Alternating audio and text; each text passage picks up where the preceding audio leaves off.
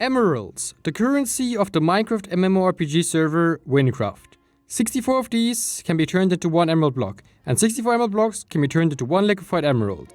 And in today's video, I'll show you a new, super easy method to get tons of these liquefied emeralds. With this method, you will be able to get above 9,000 emeralds each 5 minutes. This equals to above 180,000 emeralds per hour, which is around 27 LE each hour you do this. The best part is that this method is super easy and does not require any luck at all. I will first be showing the method, then explaining how it works, and lastly explain everything you need to do this yourself. This method depends on killing mobs and picking up the emeralds you get from them. Normally, you only get some emeralds some of the times you kill a mob, which by itself would not be worth it. There is, however, an identification that increases the amount of emeralds you get from the mobs. This is called stealing. If you use this the right way, at the right place, with the correct attack speed and doing the correct damage to a big amount of mobs, emeralds will just be flying around everywhere. Something like this. Let me start off by explaining how the stealing identification works, as it is not as straightforward as one might believe. Emerald stealing will increase the amount of emeralds mobs drop when you hit or kill them. This is capped at 5 emeralds for each mob. The more stealing you have, the bigger the chance of it to trigger on each hit. After an emerald was dropped, a cooldown is activated, which stops stealing from working for an amount of time, depending on your attack speed. If you have super fast attack speed, the delay is 8.6 seconds, with very fast 6.2, with fast 5. Normal means 4.1 seconds, slow comes with a 3 second cooldown, very slow is 1.66 seconds, and lastly, super slow attack speed only has a 1 second cooldown. Once this cooldown runs out, each hit has again a chance to steal emeralds, as long as the mob has not dropped 5 emeralds in total.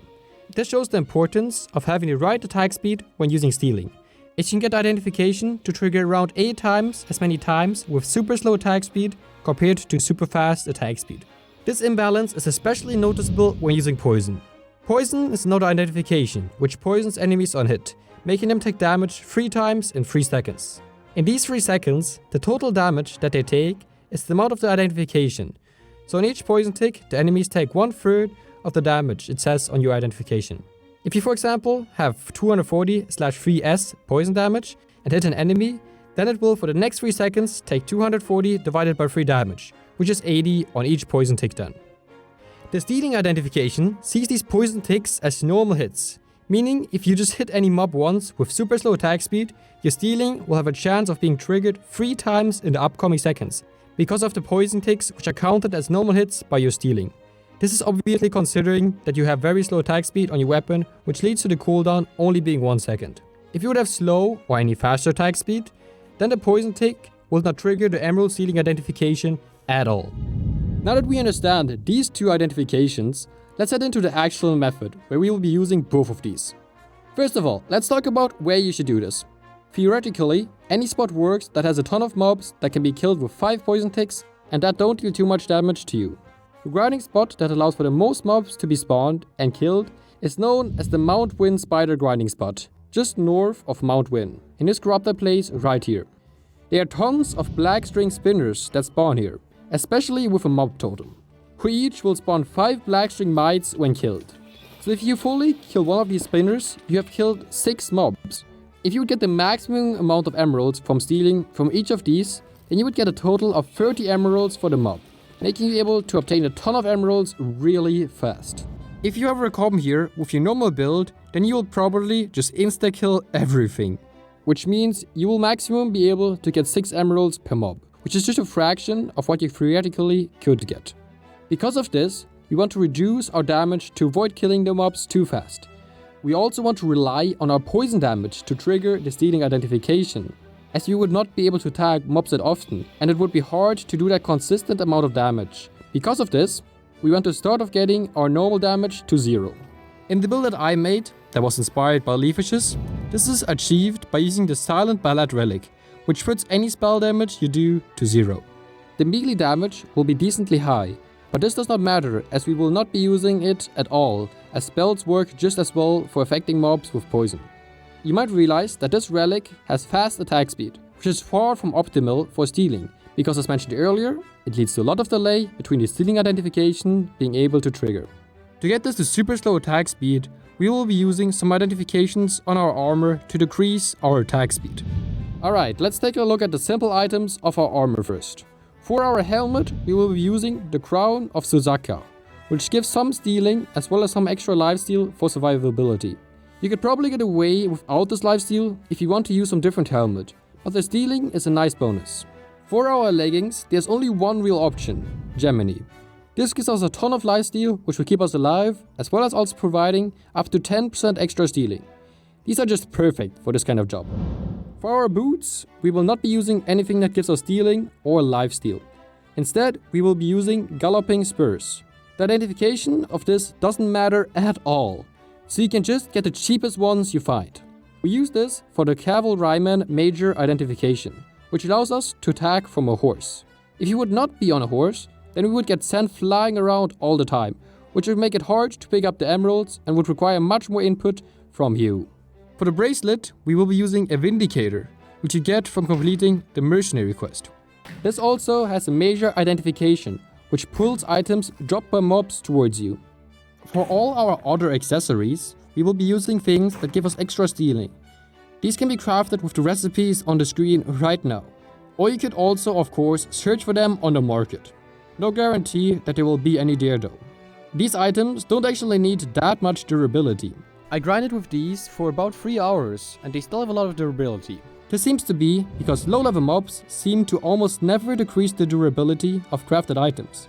Though I would try to get at least something with above 100, just in case it would go down. Now we just have one item to go. Probably the most important one and the hardest one to get exactly right. We will be using the chestplate Crystal Coil. This for two important things. Firstly, to lower our attack speed to super slow attack speed. And secondly, for the poison. This item is an untradeable item, so unlike all of the other ones, you won't be able to purchase this one on the marketplace or from another player. To obtain it, you will have to defeat a boss altar called the Magma Stream Core. To access this arena, you must pay a tribute of 6 mineral cinders to the altar, which you can either get by buying it from the market or killing mobs on the volcanic isle. Once you have a bunch, I recommend getting at least 32 so you can fight the boss a couple of times and hopefully get a few crystal coils. You can then find the boss altar at negative 1025x, 95y and negative 3757z. Now just kill it once, hope that you get a chestplate drop, go out and repeat. Once you have a few of the chestplates, you can seek out an item identifier and hope to get the right identifications. So what identifications are we even after? The number we get on the negative attack speed does not actually matter at all. Even if you get the very best, it will still be negative 9, which will put our attack speed below super slow attack speed, which is what we want. For the poison, it is a bit trickier. We want our poison ticks to be able to hit the black string spinner 5 times before killing them, to maximize the amount of times stealing is activated. Considering that the black string spinner has 380 health, we need to do at least 380 divided by 5 damage with each poison tick to not keep it alive unnecessarily.